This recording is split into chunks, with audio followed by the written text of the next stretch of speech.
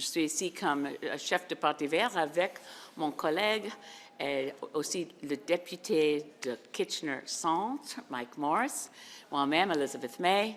Et je suis, pour toute mon carrière comme avocat, and I did practice as a lawyer before becoming involved in politics, I've had a long history of engagement in environmental assessment law. Les lois sur les revues environnementaux des projets dans la juridiction du gouvernement fédéral. Il y a des, 40 ans?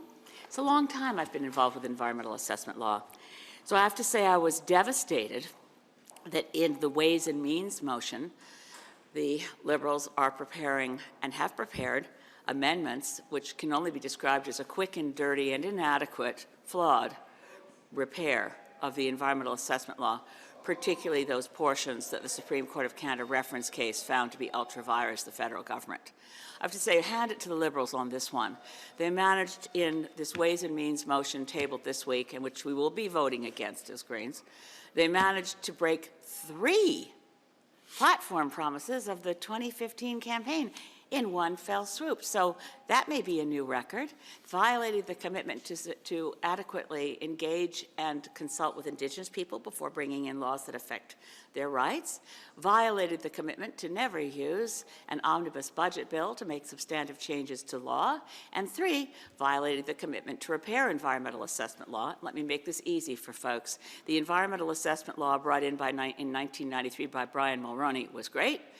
Stephen Harper repealed it in 2012. If we could go back to what we had before Harper repealed it in 2012, everything would be terrific for full, robust federal review of projects in federal jurisdiction. What happens when we have something as flawed as this? I want to turn to my colleague Mike Morrice for some commentary on a real-life case right now that needs federal attention. And when we saw this proposed set of amendments to the environmental impact legislation, we know it will not get reviewed. Mike? Well, yes, so thank you, Elizabeth. It's happening in real time as we have the Ontario government looking to proceed with construction on Highway 413, a $10 billion waste of public money to build a highway through the Greenbelt.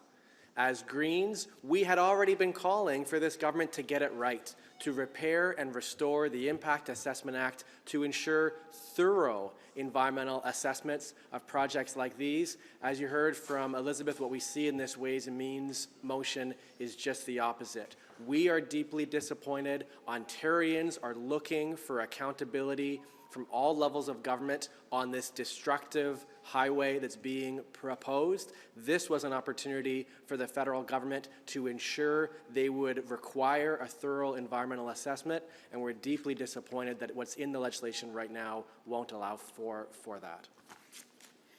If there are other questions on other issues, I just want to close by saying I will be having a question period today.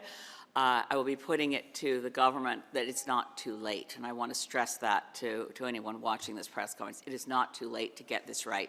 The government should immediately withdraw pages 555 to 581 of their Ways and Means motion sur la loi sur les voies et moyens budgétaires. Ce n'est pas acceptable, mais il n'est pas trop tard pour faire les choix corrects et aussi où nous avons besoin immédiatement de l'amélioration de loi sur les évaluations environnementales.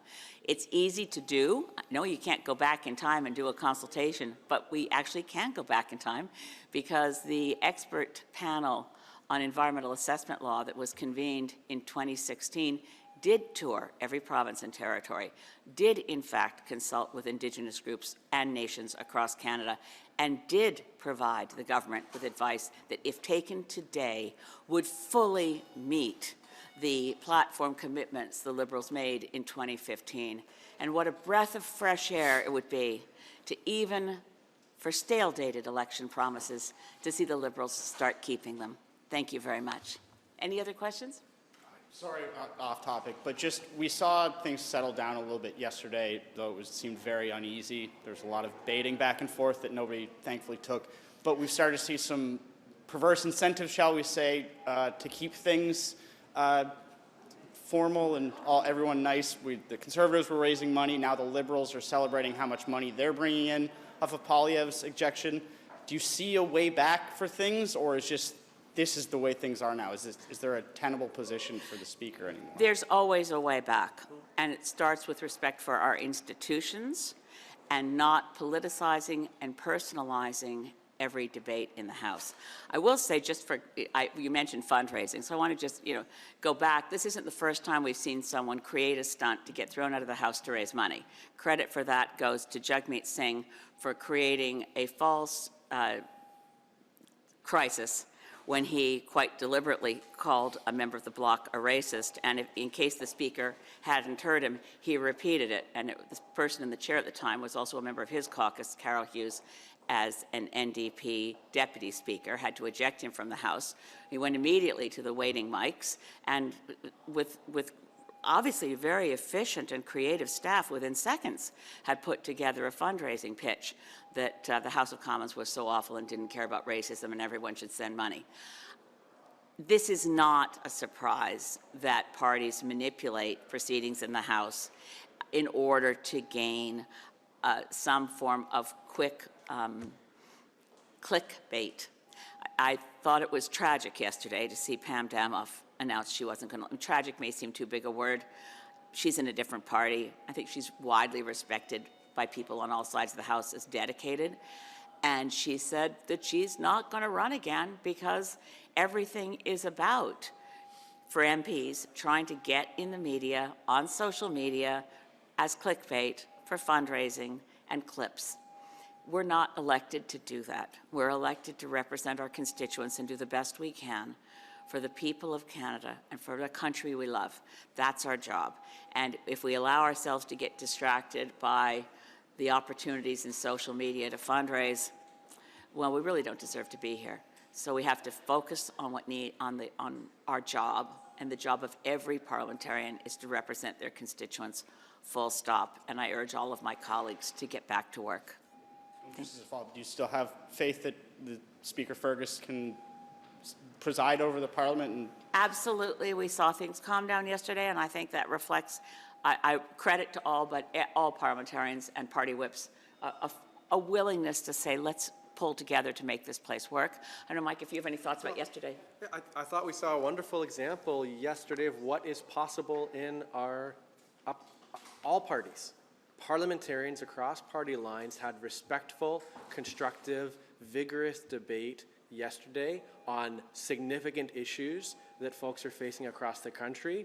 One example that Parliament can be a place where substantial policy is debated rather than simply a vehicle for parties to fundraise money off of. And certainly I think it's an example where we're seeing the Speaker assert the rules in a way that sees parliamentarians follow through and follow them. that's all I'm I'd love to tell you how many millions of dollars the Green Party made yesterday on our quick clickbait efforts, but we didn't.